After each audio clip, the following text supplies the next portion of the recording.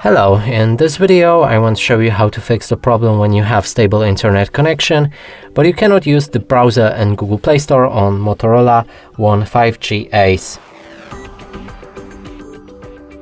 And to do this we'll need to first let's see what kind of a problem we're facing. And here I have a Google Play Store.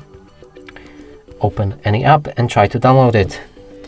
And right here, let's go through the account details, skip it like that.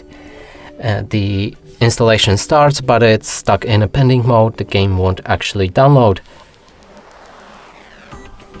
Let's cancel it and move on to our browser. So here, if we try to reach any website, like YouTube, there's also a problem. To fix both of these issues, we'll need to go to our settings, enter the system, date and time, and enable use network provided time. If you go back to your browser and reload the page, it should work normally. The same as with Google Play Store.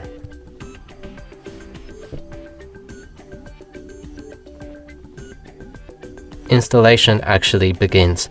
And that's it for this video. Hope you like it. Please consider subscribing to our channel, leave a like and a comment below.